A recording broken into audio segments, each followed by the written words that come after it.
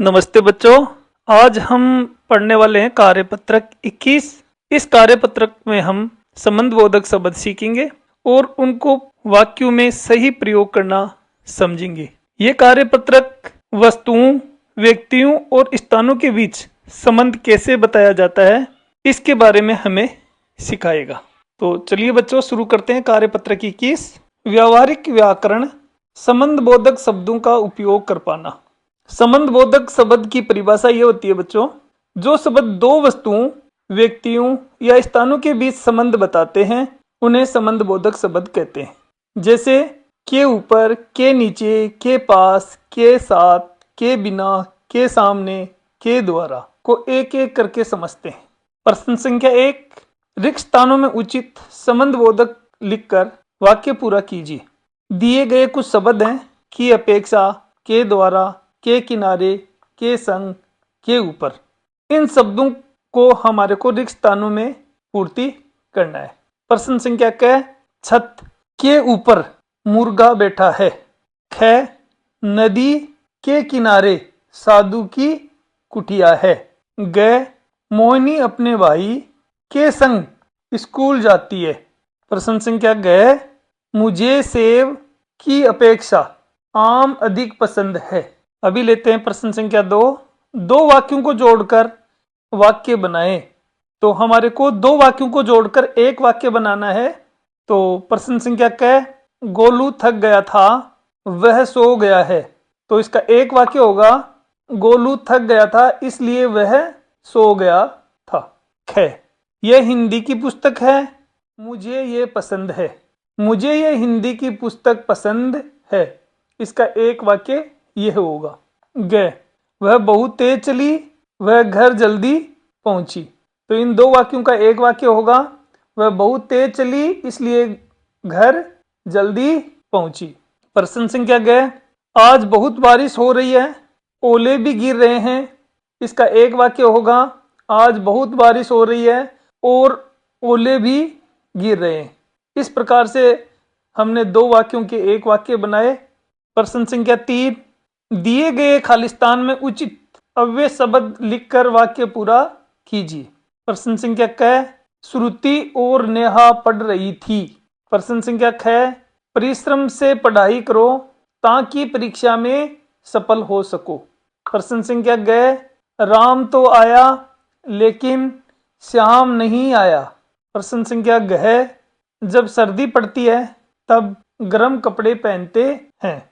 प्रश्न संख्या 4, वाक्य में दिए गए संबंधबोधक शब्द छांट कर लिखिए। जैसे प्यास के मारे बुरा हाल है, के मारे। क, मेरा घर मंदिर के पास है। प्रश्न संख्या ख, मैं गोपाल के बिना नहीं जाऊंगा, के बिना। प्रश्न संख्या ग, वासु के आगे मैं खड़ा हूं, के आगे, गह। यह पत्र मीरा के द्वारा लिखा गया, के द्वारा। देखो बच्चों, कुछ आसान ट्रिक आपको मैं बताता हूं। के ऊपर, के नीचे, ये क्या होता है कि के साथ, के संग, ये किसी के साथ होना बताता है। के बिना, ये किसी चीज का अभाव के बारे में बताता है। के द्वारा, किसके माध्यम से, ये इस तरीके के भाव बताते हैं और इन भाव के आधार पर हम क्या करते हैं, इनको रिक्त स्थान में पूर्ति कर देते हैं। तो हमने बच्चों इस कार्यपत्रक से सीखा संबंधबोधक शब्दों की पहचान करना, सही शब्द चुनकर वाक्य को पूरा करना, दो वाक्यों को जोड़ना, अव्यय शब्दों का प्रयोग करना, वाक्य की समझ बढ़ाना। ये हमने इस कार्यपत्रक से आज सीखा। कार्यपत्रक 21 से बच्चों व्याकरण समझ को मजबूत करने में शुद्ध स्पष्ट वाक्य बनाना हमें सिखाता है। आपको कार्यपत्रक 21 अच्छा लगा तो चैनल को लाइक और सब्सक्राइब जरूर करना बच्चों। नमस्ते बच्चों, आज हम कार्यपत्रक 22 पढ़ेंगे। इस कार्यपत्रक में हम सीखेंगे कहानी को कविता के रूप में कैसे बदला जाता है। तो यह अभ्यास हमारे को बच्चों सिखाएगा कल्पना शक्ति, भाषा की सुंदरता, लेखन कौशल को मजबूत करेगा, लेखन की विभिन्न विधाओं का प्रयोग कर पाना। तो बच्चों, इस कहानी का शीर्षक है वह हंस दिया। तो इसको आसान शब्दों में हम समझते हैं। ये कहानी हिरण के बच्चे की है जो खेलते खेलते दौड़ रहा था।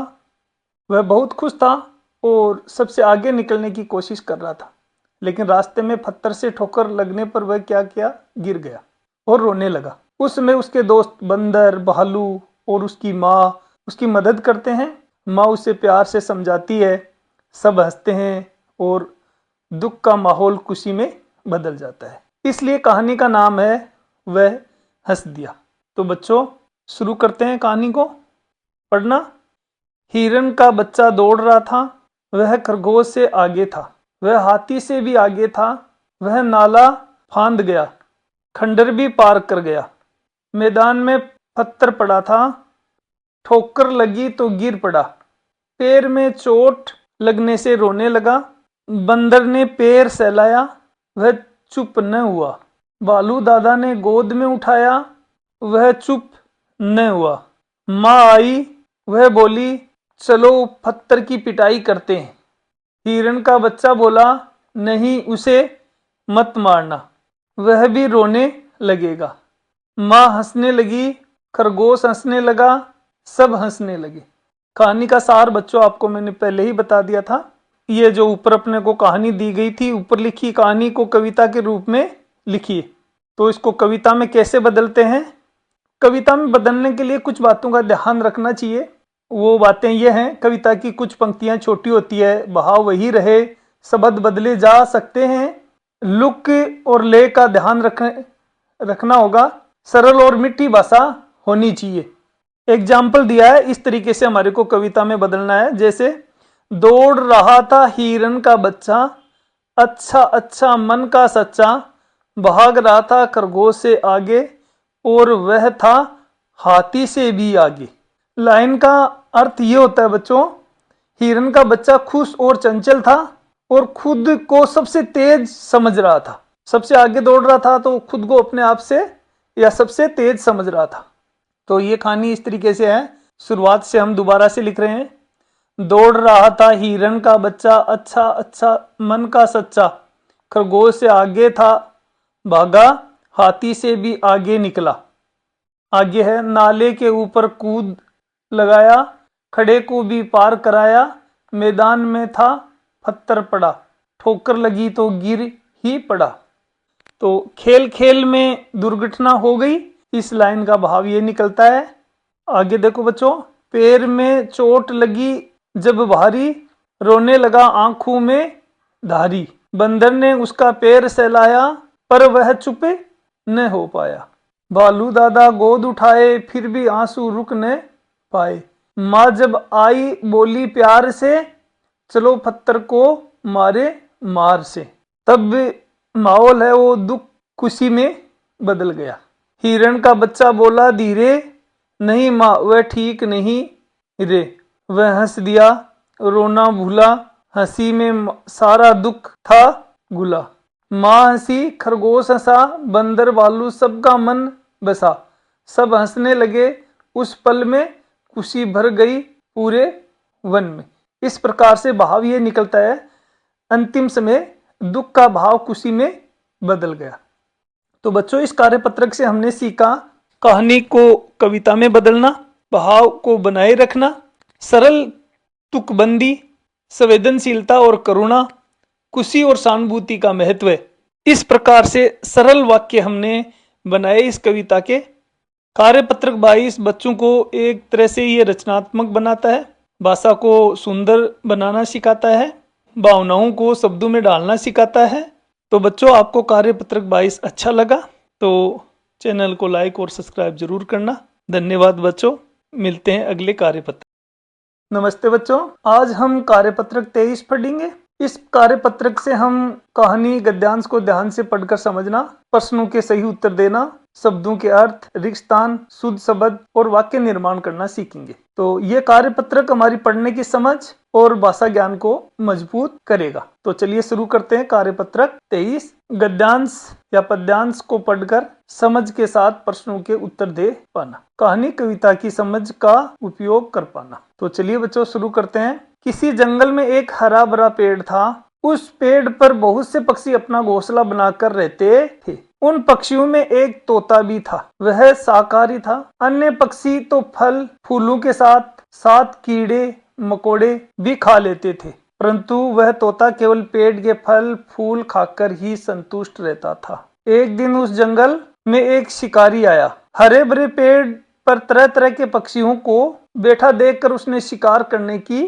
सोची। उसने जहर से बने बाण से एक पक्षी पर निशाना लगाया, किंतु उसका निशाना चूक गया और बाण पेड़ के तने में जा लगा। कुछ दिनों के बाद पेड़ जहर के असर से सूख गया और पक्षियों का आशियाना उजड़ गया। तो बच्चों, इस कहानी का पूरा भावार्थ कुछ आसान शब्दों में समझते हैं। किसी जंगल में एक हरा भरा पेड़ था। उस पेड़ पर कुछ पक्षी घोंसला बनाकर रहते थे। उन पक्षियों में क्या था, एक तोता भी रहता था। तोता शाकाहारी था, यानी वह मांस नहीं खाता था, केवल फल फूल खाकर ही खुश रहता था। एक दिन जंगल में एक शिकारी आया। उसने हरे भरे पेड़ पर बैठे पक्षियों को देखा और शिकार करने की सोची। उसने जहर लगा हुआ बाण चलाया। बाण पक्षी को नहीं लगा, लेकिन पेड़ के तने में धस गया। कुछ दिनों बाद जहर के असर से पेड़ सूख गया, पक्षियों का आशियाना उजड़ गया। तो बच्चों, इस कहानी से हमें ये शिक्षा मिलती है कि एक ही गलती से सबको नुकसान हो सकता है। प्रकृति और पेड़ों की रक्षा करना हमें क्या है, जरूरी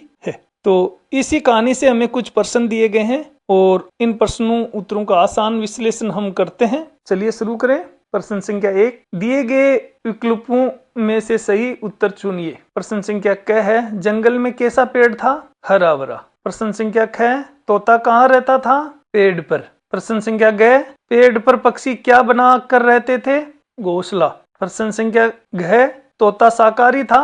शाकाहारी का अर्थ होता है मांस का सेवन नहीं करने वाला। प्रश्न संख्या 2, रिक्त स्थानों की पूर्ति कीजिए। फल फूल, पक्षी, जहर, वर्षा, बाण। ये हमारे को कुछ शब्द दिए गए हैं जिनको आगे दिए गए रिक्त स्थानों में बढ़ना है। तो प्रश्न संख्या क, हरा भरा पेड़ जहर के असर से सूख गया। प्रश्न संख्या ख, पेड़ों पर बहुत से पक्षी अपना घोंसला बनाकर रहते हैं। प्रश्न संख्या ग, बाण के जहर से पेड़ सूख गया। प्रश्न संख्या घ, शाकाहारी पक्षी फल फूल खाकर भी अपनी भूख मिटाते हैं। प्रश्न संख्या 3, अशुद्ध शब्दों को शुद्ध करके लिखिए। तो देखो बच्चों, घोंसला शब्द है, तो घोंसला शब्द के ऊपर ये अशुद्ध है, एक छोटी सी बिंदी आएगी, ये वाली बिंदी, तो ये एकदम शुद्ध हो जाएगा। महात्मा में त आधा आएगा, तो ये शुद्ध करके लिख दिया है। पश्चात में स आधा आएगा, नीचे शुद्ध करके लिख दिया है। धार्मिक में मैं के नीचे रह नहीं आएगा, मैं से ऊपर आएगा, तो ये शुद्ध करके लिख दिया है। प्रश्न संख्या, शुद्ध शब्द की परिभाषा ये होती है बच्चों, वे शब्द जो सही मात्रा और वर्णों के साथ लिखे जाएं, उन्हें क्या कहते हैं, शुद्ध शब्द। तो लेते हैं प्रश्न संख्या 4, शब्द युग्म से वाक्य बनाए। तो हमें कुछ शब्द दिए गए हैं, जैसे हरा भरा, बगीचे में हरा भरा पेड़ था। इस तरीके से ये शब्द दिया गया और इसका हमने ये वाक्य बनाया। इसी प्रकार से नीचे भी कुछ शब्द दिए गए हैं, इनका भी हमें वाक्य बनाना है। दाल रोटी, तो मुझे दाल रोटी खाना बहुत पसंद है। ख, खाना पीना, हमें अपने खाने पीने का ध्यान रखना चाहिए। ग, कचौरी पकौड़ी, बारिश में गर्मागर्म कचौड़ी और पकौड़ी खाने का मजा ही कुछ और है। इस कार्य पत्रक से हमने सीखा कहानी समझना, शब्दों के अर्थ जानना, पर्यावरण संरक्षण का संदेश, सही शब्द लिखना और वाक्य बनाना। तो कार्य पत्रक 23 से बच्चों की भाषा समझ, नैतिक शिक्षा, शब्द भंडार आदि को मजबूत बनाता है। तो बच्चों, मिलते हैं अगले कार्य पत्रक में।